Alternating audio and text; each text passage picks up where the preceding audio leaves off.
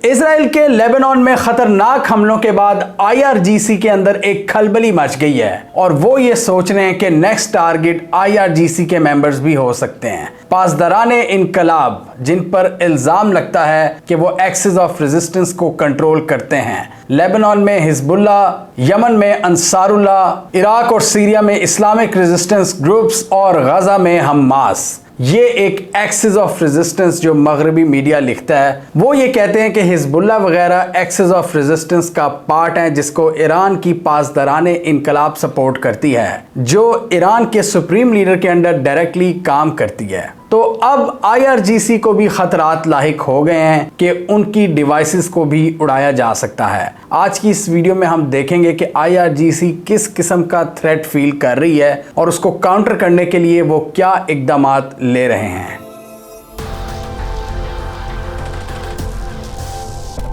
एक fresh order के मुताबिक आईआरजीसी ने अपने तमाम मेंबर्स को खबरदार कर दिया है कि वो किसी किस्म की कोई कम्युनिकेशन डिवाइस इस्तेमाल ना करें। कोई भी इलेक्ट्रॉनिक डिवाइस अगर उनके ज़रिए इस्तेमाल है तो वो उसको तोड़ दें। इससे पहले हमने देखा था कि इस साल के शुरू में हसन नसरुल्लाह ने हिजबुल्लाह के मेंबर्स को कहा था कि तुम्हारे जो स्मार्टफोन्स हैं वो सबसे बड़े दुश्मन हैं, वो फिजिकल दुश्मन से भी बड़ा थ्रेट हैं, तो इनको तोड़ दें। तो इसी किस्म का अलर्ट आईआरजीसी ने इस पूरे रीजन में अपने तमाम मेंबर्स को जारी किया है कि अपने ज़ेरे इस्तेमाल जो भी कम्युनिकेशन डिवाइसेस हैं उसका इस्तेमाल छोड़ दें। आप मोबाइल फोन्स, स्मार्टफोन्स, पुरानी नौयत के फोन्स, पेजर्स, वॉकी टॉकीज, सब कुछ। इस हवाले से आईआरजीसी के जो सिक्योरिटी ऑफिशियल्स हैं वो तमाम डिवाइसेस को चेक कर रहे हैं और हर तरह की इंस्पेक्शन की जा रही है, जो भी इनके ज़ेरे इस्तेमाल डिवाइसेस हैं, लैपटॉप्स वगैरह भी। अब सवाल ये पैदा होता है कि आईआरजीसी ने इस तरह की वार्निंग क्यों जारी की है। वो तो ऑलरेडी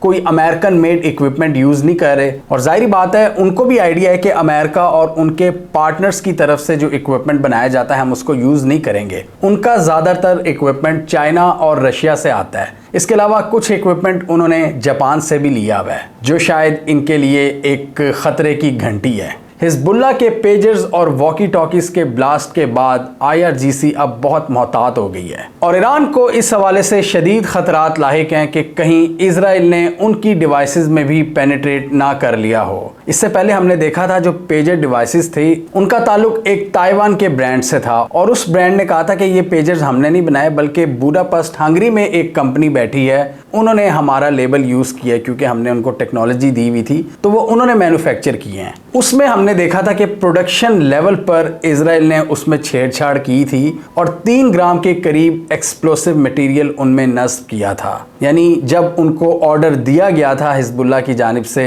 इजराइल ने उसको तब इंटरसेप्ट किया था और उसमें छेड़खानी की थी। तो ईरान भी अब यही डर रहा है, ईरान के जो मेंबर्स हैं आईआरजीसी के, कि हमें क्या पता कौन सी डिवाइस कॉम्प्रोमाइज़ हुई हो किसी भी स्टेज पर, प्रोडक्शन लेवल पर या सप्लाई चेन लेवल पर। ईरानियन मिलिट्री और आईआरजीसी की बात करें तो पिछले 20 सालों से उन्होंने पेजर्स का इस्तेमाल नहीं किया कम्युनिकेशन के लिए। वो वॉकी टॉकीज तो इस्तेमाल करते हैं और वो ज़्यादातर उनकी इंडिजिनस होती हैं या फिर चाइना, रशिया और जापान से मंगवाई होती हैं। अब वो उस एग्जिस्टिंग सेटअप में एक थ्रेट को देख रहे हैं और इसलिए वो इस पूरे पैराडाइम को चेंज करना चाहते हैं। इसके अलावा ईरान की मिलिट्री सिक्योर कम्युनिकेशन के लिए उनके indigenous military grade radio transmissions को भी इस्तेमाल करती है और ये ईरान की अपनी डिफेंस इंडस्ट्री में प्रोड्यूस किए जाते हैं। आईआरजीसी को इस वक्त ये डर है कि नियर पास्ट में जो चीज़ें इन्होंने बाहर से मंगवाई हुई हैं उनकी सिक्योरिटी कॉम्प्रोमाइज़ हो सकती है। फॉर एग्जांपल कई चीज़ें उन्होंने मुल्क के अंदर बना ली, उस टेक्नोलॉजी का स्ट्रक्चर वगैरह, लेकिन उसकी प्रोडक्शन में जो चिप्स और मदरबोर्ड वगैरह हैं वो बाहर से आते हैं। उस इम्पोर्टेड इक्विपमेंट पर भी वो रिलायंस कम करना चाहते हैं और ऑलरेडी सैंक्शंस की वजह से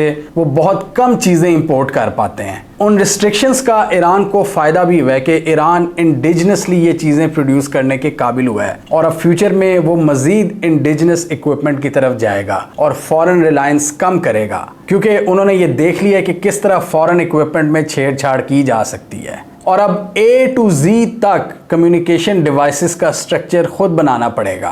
कोई एक छोटी सी चिप जो कि बाहर से इंपोर्ट की हो उस पर भी रिलाय नहीं किया जा सकता।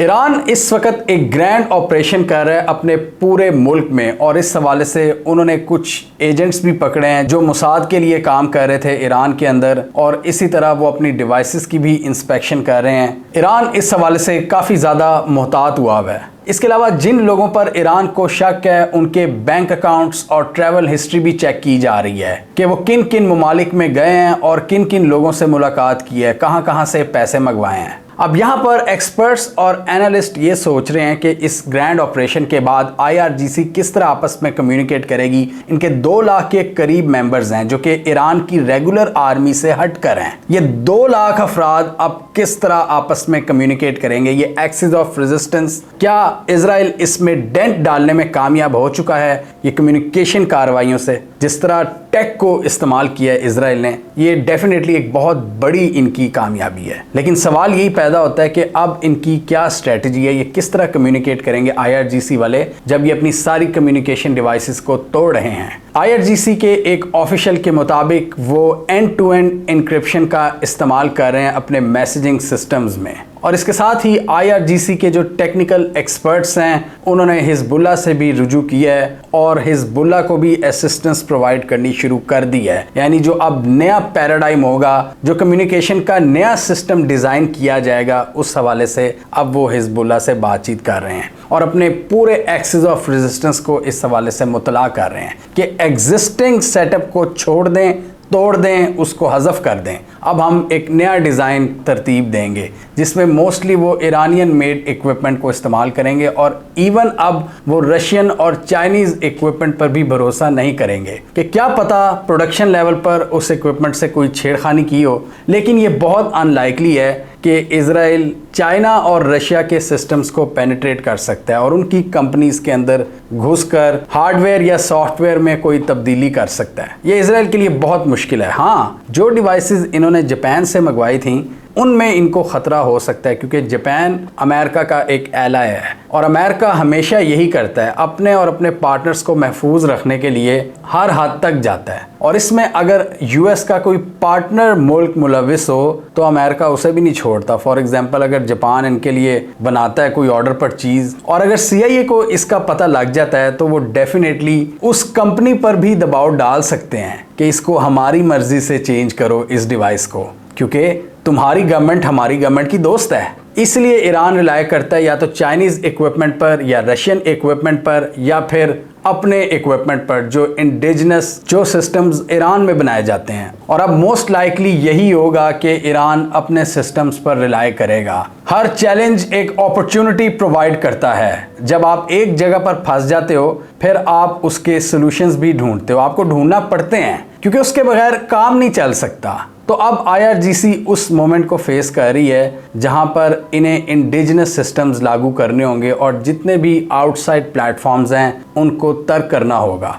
तो इसलिए IRGC अपना ये जो पूरा अपरेटस है, जो टेक्नोलॉजी का सेटअप है, उसको चेंज कर रही है कि how we communicate, change it. और साथ ही IRGC के ऑफिशियल्स उन एक्सप्लोडेड डिवाइसेस को भी चेक कर रहे हैं जो उन्होंने लेबनान से मंगवाई हैं जिनमें धमाके हुए थे, ताकि पता लगा सकें, मज़ीद इंफॉर्मेशन हासिल कर सकें कि क्या पॉसिबिलिटीज़ हो सकती हैं, किस तरह इजराइल पेनिट्रेट कर सकता है। तो मेरे हिसाब से यहाँ पर ईरान एक अपॉर्चुनिटी पैदा कर रहा है, एक बहुत बड़ा मौका देख रहा है कि इस वाक़े के पेश नज़र हम किस तरह अपने सिस्टम्स को अपग्रेड कर सकते हैं मज़ीद इन्हेंस सिक्योरिटी के साथ। इसके अलावा ईरान को जो मेन कंसर्न है अपनी न्यूक्लियर फैसिलिटीज़ का भी है, क्योंकि इससे पहले हमने देखा कि इजराइल ईरान के न्यूक्लियर साइंटिस्ट और न्यूक्लियर फैसिलिटीज़ को निशाना बना चुका है। हालांकि अगर हम इजराइल के साइज़ की बात करें तो वो इतना सा है, उनकी विड्थ और डेप्थ बहुत कम है, जबकि ईरान के पास बहुत ज़्यादा ज्योग्राफिकल डेप्थ है, एक बड़ा कंट्री है और ईरान के पास ज़्यादा अपॉर्चुनिटीज़ हैं। उनके पास गारें हैं, ऐसी पहाड़ हैं जहां पर वो अपना इक्विपमेंट छुपा सकते हैं, जहां पर वो अपनी न्यूक्लियर फैसिलिटीज़ को खुफिया तरीके से चला सकते हैं। लेकिन इसके बावजूद मुसाद और CIA ईरान की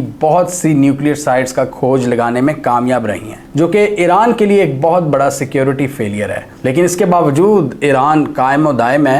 ईरान पर सैंक्शंस भी लगती हैं, ईरान पर तरह तरह की पाबंदियाँ और सख्तियाँ, और इसलिए मेरे हिसाब से ईरान की डेप्थ है जो उसको एक बहुत बड़ा एज प्रोवाइड करती है कि वो आज तक इनके सामने खड़ा हुआ है। और इस डेप्थ में आती है इनकी ज्योग्राफिकल डेप्थ, इनकी मिलिट्री की डेप्थ, इनकी सिविल सोसाइटी की डेप्थ और इनके लीडर्स का सिक्योरिटी विजन। और इन सारे थ्रेट्स को देखते हुए ईरान अपनी न्यूक्लियर साइट्स की प्रोटेक्शन को मज़ीद सख्त कर रहा है और एक्सपर्ट्स के मुताबिक ऐसे ऐसे इकदाम लिए जा रहे हैं जो इससे पहले नहीं देखे गए। और लेबनान में पेजर्स एक्सप्लोजन्स के बाद इन इकदाम में मज़ीद सख्ती देखी गई है। ईरान के जो सिक्योरिटी इकदाम हैं वो मज़ीद सख्त हुए हैं। ईरान को पिछले दिनों एक बहुत बड़े फेलियर का सामना करना पड़ा था जब हमास के लीडर इस्माइल हानिया को ईरान के कैपिटल में असैसिनेट किया था इजराइल ने। और उस हवाले से दो कॉन्फ्लिक्टिंग रिपोर्ट्स आई।